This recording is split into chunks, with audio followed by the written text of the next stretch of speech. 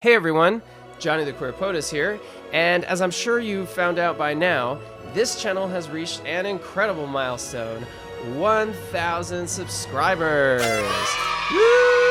Yeah, I am a YouTube star now. Pretty cool.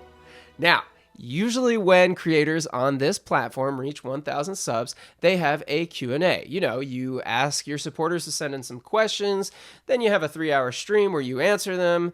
But I thought I'd do things a little bit differently. Instead of doing one long Q&A where I quickly answer a ton of questions, I thought I might devote a series of videos, each devoted to one viewer's question. So for the next while, maybe for a long while, in addition to my history documentaries, I'll be peppering in one of these little Q&A videos from time to time. That way, you as the viewer feel like you can ask me things and have some hope that I'll apply my POTUS research skills to bring you an answer. If you'd like to ask me a question for the Q&A series, send one now to Curious Cat, link in the description below. And maybe, just maybe, I'll cover the topic on my channel. Don't forget to like, subscribe, become a supporter on Patreon, etc., etc., etc. All right, now let me get to the first question I'll be answering today. And it comes to me from the user named Anonymous. And Anonymous writes, which president do you wish more people knew about because of his legacy, be it for good or for bad? And why? Anonymous, that's a great question.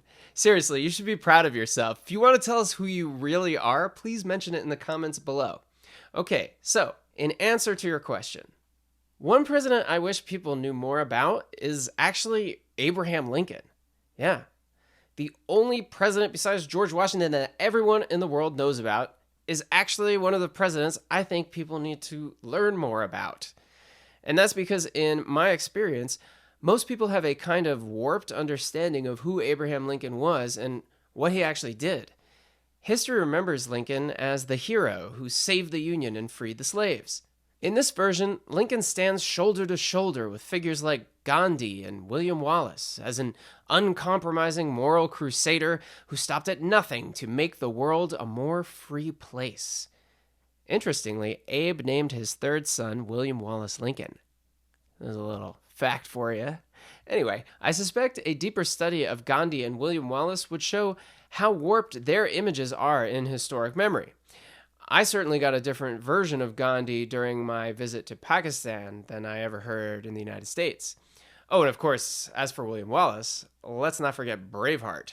These 5 words are enough to make any Scottish person's stomach churn. I could write a whole video on the impact of Braveheart on the representation of Scottish history, as well as the effect the films had on the Scottish psyche and global perceptions of Scotland, but I'll leave that for another day. The side of Abraham Lincoln most people don't know about is that he was very much a politician. A pragmatic, strategic fellow who often made decisions in his own political interest, even if that carried terrible consequences for other people, including slaves. Lincoln did not run for president as an abolitionist. He did not promise his election would bring the end of slavery. Lincoln actually won the Oval Office largely by stoking white fears of a pro-slavery conspiracy. The idea that a cabal of pro-slavery politicians were angling to take over the United States. Now, this conspiracy theory was not on the level of something like QAnon. There were a lot of reasons to worry about the growing power of the slaveholding class, especially in the years leading up to the Civil War. But many white Northerners voted for Lincoln because they worried about what an entrenched slaveholding aristocracy would mean for poor, struggling whites. And any abolitionists who may have voted for Lincoln did so as a kind of lesser of two evils decision, in the hope that they could push Lincoln toward abolition once in office. In fact, many abolitionists did not believe in voting at all. You know, I often encounter people who say, "Why are you criticizing the one man who in a single term managed to abolish slavery, full stop?" But that's a reading of the story which leaves out so much. It leaves out how the secession crisis saw a large chunk of pro-slavery Southern politicians join the rebellion, leaving them absent on key votes which led to the abolition of slavery. It ignores how radical Republicans fought with Lincoln over his slowness to confront slavery. And it also ignores his fire-festy colonization schemes, which you can learn about in a video I made a few months back, which is also in the description below. But most importantly, it leaves out how hundreds of thousands of escaping slaves flipped the entire slave system on its head, turning emancipation into what author Eric Loomis calls the largest general strike in U.S. history. What was taking place under Lincoln was nothing short of a revolution. So what was Lincoln's place in this revolution? Well, Lincoln, as president, had taken an oath to defend the Constitution. So his top priority was saving the Union. Whether that meant it could be saved by eliminating slavery didn't matter to Lincoln, except that he personally wished to see slavery end sometime in the future. During the first half of his presidency, Lincoln made many pro-slavery compromises to bring the South back into the fold. Even the 13th Amendment, which he put every drop of political capital into seeing through, banned involuntary servitude except as punishment for a crime. This exception to the rule led to the re-enslavement of many African Americans and helped pave the way to today's prison industrial complex.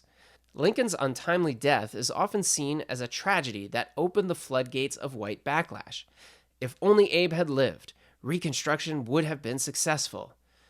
There's no reason to believe this to be the case, and in fact, every reason to think that Reconstruction under Lincoln would have also fallen far short of what was needed to finish the great civil rights revolution sparked by the Civil War. Now, do I say all this to say cancel Lincoln?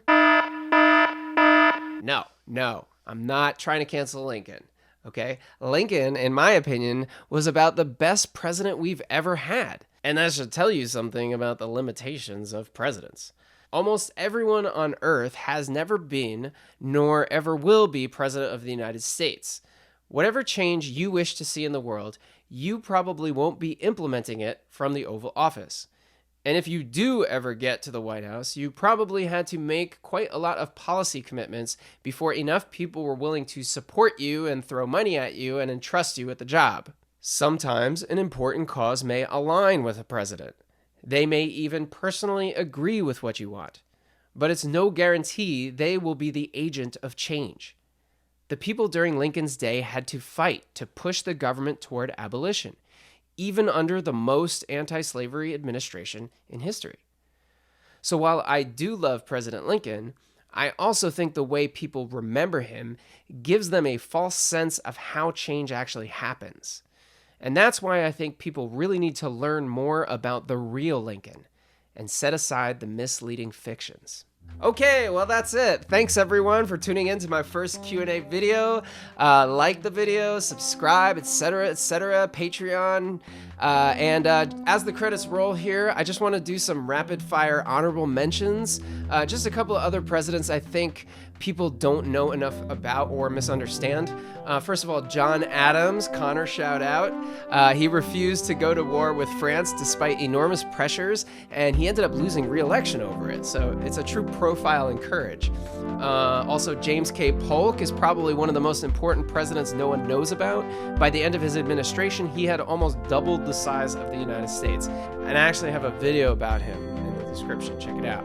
Ulysses Grant, remembered fondly for his progressive views toward African Americans, was actually a pretty disorganized president. His Indian policies were terrible, his economic policies basically unleashed unfettered capitalism, and he pushed for a massive amnesty bill for Confederates, which helped lead to the end of Reconstruction. JFK was an anti-communist war hawk who exploded the size of the U.S. military. And Nixon was actually a moderate, despite being remembered as a right-wing conservative. He actually created the EPA and supported universal basic income. And finally, Jimmy Carter. He's beloved for his charity work after his presidency, but many mistakenly call him progressive. Carter was actually one of the first big austerity presidents, and his economic policies weren't much different from Reaganomics. Okay, so there you go. And if you have any more questions, don't forget to click on the Curious Cat link, and who knows, it may just appear in my next Q&A video. Thanks, everyone.